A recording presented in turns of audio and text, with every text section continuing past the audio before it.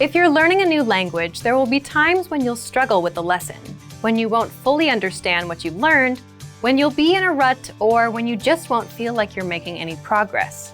And that's totally normal. In this video, you'll learn what to do if you're not learning and how to overcome language learning struggles. Let's begin. Number 1, understand the mindset of a successful learner. Some learners are more successful than others. A key difference between successful learners and less successful learners is in the way they approach problems. Some learners rely completely on a learning program.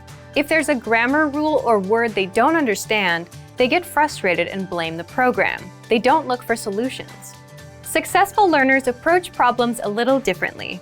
If they encounter a problem, they look for a solution or ask for help instead of getting frustrated. You may feel frustrated at times, especially if you're a beginner, but how you choose to react will make all the difference. Number 2, set small, measurable, realistic goals with a deadline. Most learners fail because they set big, vague goals, like, I want to be fluent. When they realize they have no idea how to do that, they lose motivation and quit. The solution to this? Set small, measurable, realistic goals with a deadline. For example, finish 10 audio lessons by the end of this week. Learn 20 words by the end of this week. Speak 1 minute of conversation by the end of this month. Listen to lessons for just 5 minutes a day, every day this month. Now your goals are small and realistic enough to accomplish. They're specific and measurable, so you know when you reach them, and the deadline gives you a finish line. For example, either you learned all 20 words by Friday or you didn't.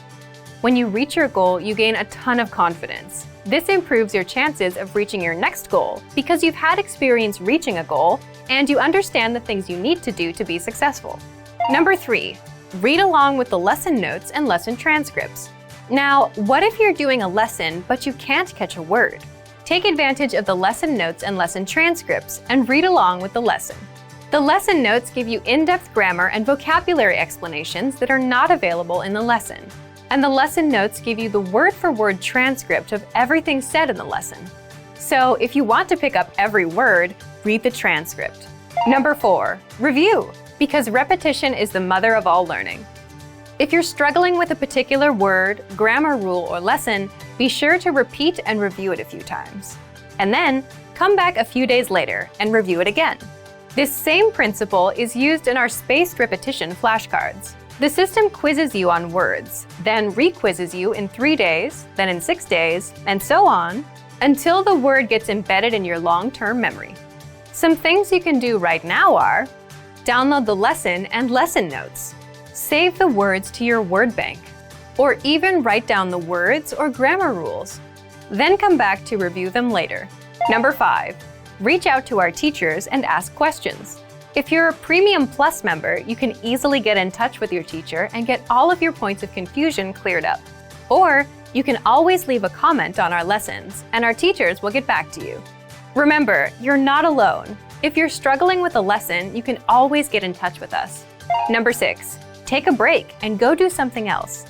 Another thing you can do is take a break and do something else that doesn't require much thinking.